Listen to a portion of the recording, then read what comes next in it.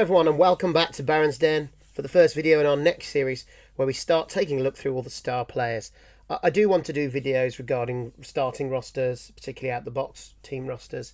I'd love to look at player progression and other things, but I still really am looking forward to getting the rulebook and having a good look through. I don't want to be making loads of mistakes because I haven't got all the information to hand. I've got the leaks, but even when I was doing the roster change videos, which was the easiest one to do, having only had the leaks, there was still a chance that I can make a mistake because I can't cross-reference something.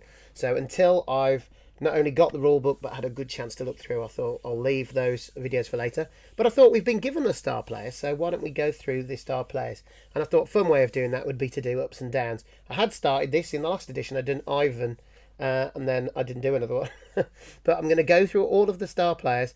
I'll try and pick out where I've noticed changes. But with star players on the whole, they haven't changed too much. Maybe cost decreases. So nothing too earth-shattering, I don't think, has changed with them. And we're going to go in the order that they come in the PDF initially, and then we'll do the rulebook ones. So that brings me to Barik Farblast first. So here's what I'm going to do. I'm going to go through all the stats, all the skills, their special rules, who they play for, and their cost. I will give them a up or a down regarding that, particularly how it relates to their role in the team. And then whatever score they end up with, I'll put them into a tier list. And hopefully by the end of this, we'll have a tier list of all the star players. But it'll be a ridiculous tier list. So don't necessarily think it's the most efficient way of doing it. Or even make any sense. We're just here to have fun and obviously learn a little bit more about these star players. So, Barik Farblast, the bazooka-toting dwarf maniac. His model, first of all, is outstanding. I love this model. Hopefully his rules will back up his model. We'll see. So, starting with his movement. He's movement 6. Now, movement 6 is pretty average for a Blood Bowl player. However, for a dwarf, that is good. So I'm giving him an up. Way. The first up. Well done, Barik. I'm throwing him a bit of a bone here because movement 6 isn't exactly great. But for a dwarf, it's pretty good. So it does give you a teeny bit more mobility. After all, the fastest dwarf player is movement 6. Now, obviously, he doesn't just play for dwarves, but considering he is a dwarf, I think you've got to say movement 6 is a bit of a boon for him. Onto his strength next. He's only strength 3, which is pretty average, so I'm not going to give him an up or a down for his strength. He can fill a role on the team if you have to. You know, if he's not throwing the ball, he can go and support, he can plug a gap. Strength 3 means he's usable, but he's not going to go around smacking people, is he? So I'm not going to give him an up or a down for that. Edge 4 plus. I've got to give him a down for this. Edge 4 plus. I've got to give him a down for this. Boo. I mean, for his whole role being that he gets the ball and he throws it, being Edge 4 plus means that you don't even want this guy to pick up the ball. Now, I know we have secure the ball now, and it does actually make him better than he used to be in that regard. But even so, you know, he can't dodge. He can't pick up the ball that's popped out of a scrum very easily. He has got sure hands, but 4 plus with a reroll isn't great. And I think there aren't many throwers out there that you'd think, oh, 4 plus agility, they're good. So yeah, I've given him a down for that. That's not good stat for a thrower. I know the Tomb King thrower is in the same boat, but I'm sure Tomb King players would also agree that having Edge 4 plus on their thrower isn't ideal. Passing 3 plus. Did I give this an up or a down? I think I gave this another down, yeah. Boo. Because whilst passing 3 plus isn't bad, I mean, the human thrower is only passing 3 plus. Its skills are all about throwing the ball far. You know, he's got Cannoneer, he's got his Hail Mary pass, he's got a special rule regarding throwing it far. So you'd need that player surely to be passing 2 plus to make the most of having to throw it long.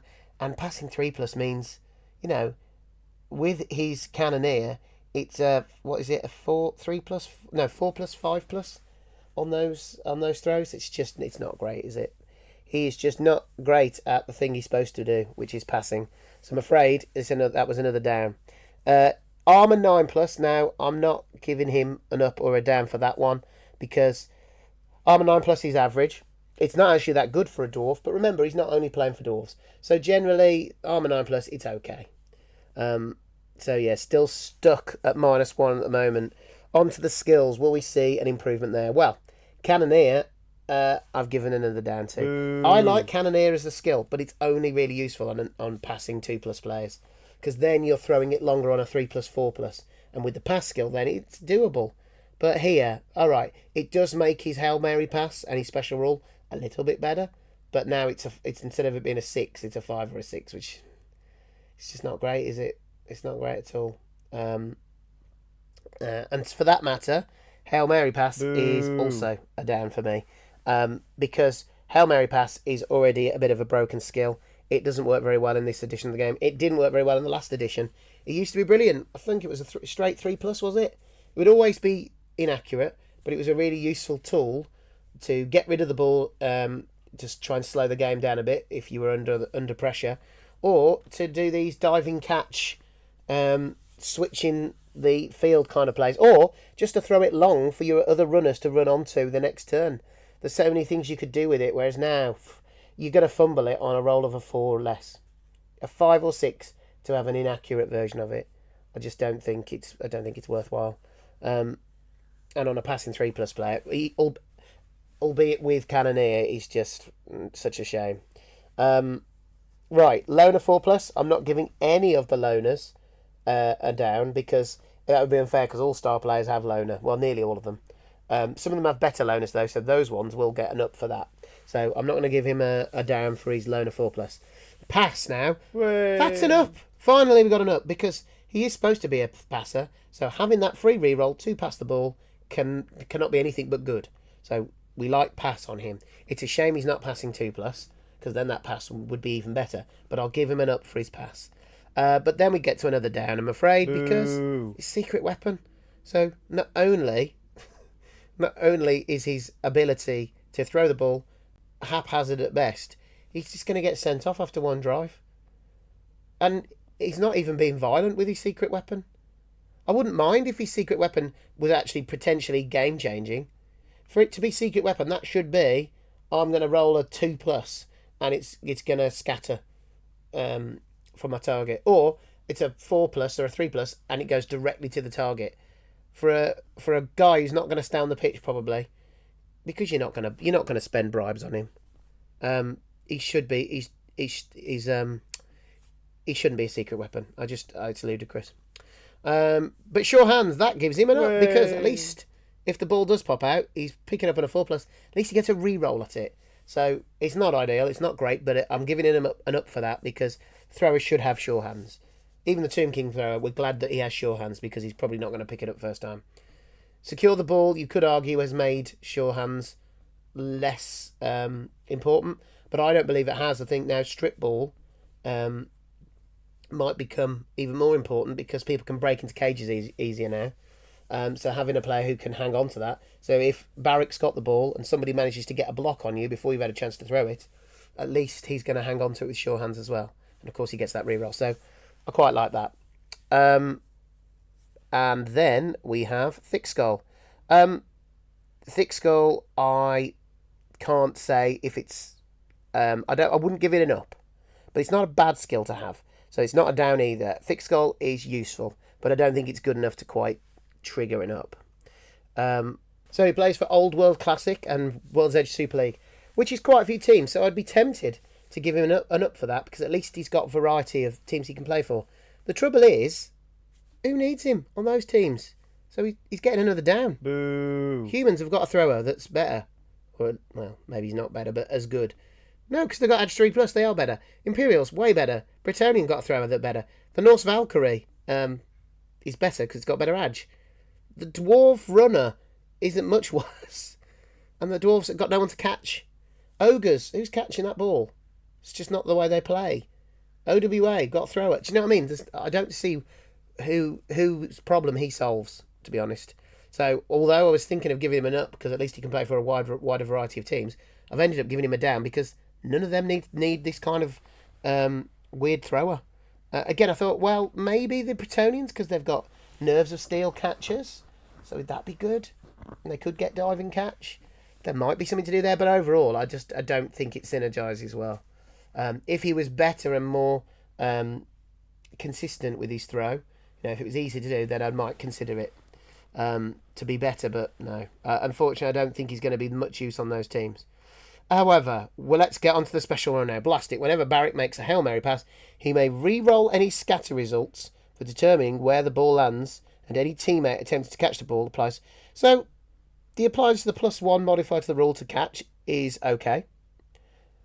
And the scattering is okay, but it's still unlikely you're going to get that ball to where you want it to go. So compared with other special rules, I'm giving it another down. I just don't see. I don't see the use of that particularly. The +1 to catch is okay, but I don't think anyone's going to get under it to catch it. Because even though you can re-roll scatter it, it's not like you can then reposition it. You've got a 1 in 9 chance, followed by a re-roll of a 1 in 9. Do you know what I mean? It doesn't feel like that's going to definitely direct it to where you want to go. I mean, you've seen enough with Fungus the Loon with his Whirling Dervish special ability. You know, they have it's a 1 in 3 chance, and then you get to re-roll it, and it still doesn't always go where you want it to go. So the 1 in 9 scatter, you just think, oh, I don't think it's going to happen very often.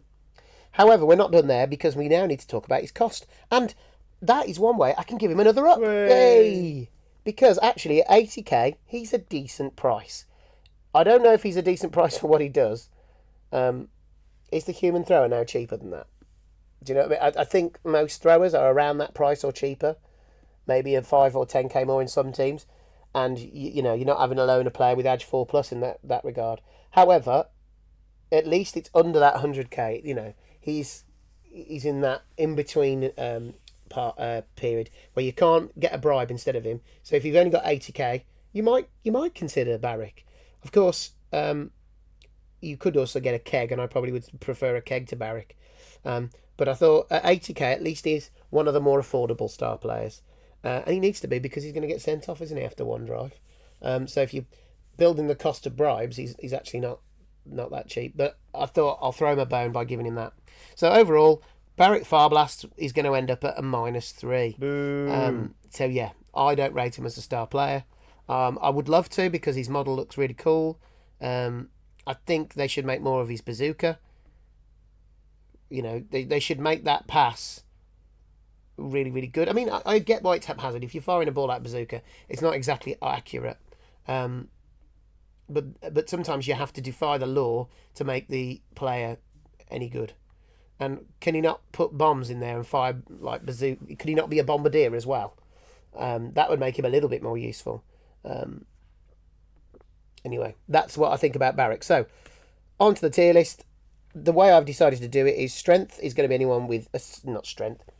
S tier is going to be anyone with 7+. A tier, 5 to 6. B, 2 to 4. C, 0 to 1. D, -3 to -1. And E, anyone below -4 or below. So, Barik has scraped it into D.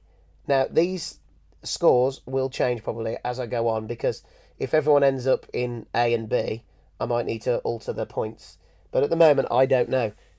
I tend to end up doing as many downs as I do ups with star players half the time. So I'm expecting a lot of them to end up in, you know, the D, C, B area. So I might have to change the points for each tier. But that's where Barik's ended up. And yeah, we're on to who's next. It's either the Black Gobbo, he's B, isn't he? Or, Bile-Rot Vomit Flesh, he's next. That'll be interesting. Let's see if Bile-Rot Vomit Flesh can finish higher than Barik. Anyway, thank you ever so much for joining me. If you like this and you want to continue watching the star player tier list forming as we do the ups and downs, then don't forget to like and subscribe. And I'll see you on the next video. Thank you very much. Bye for now.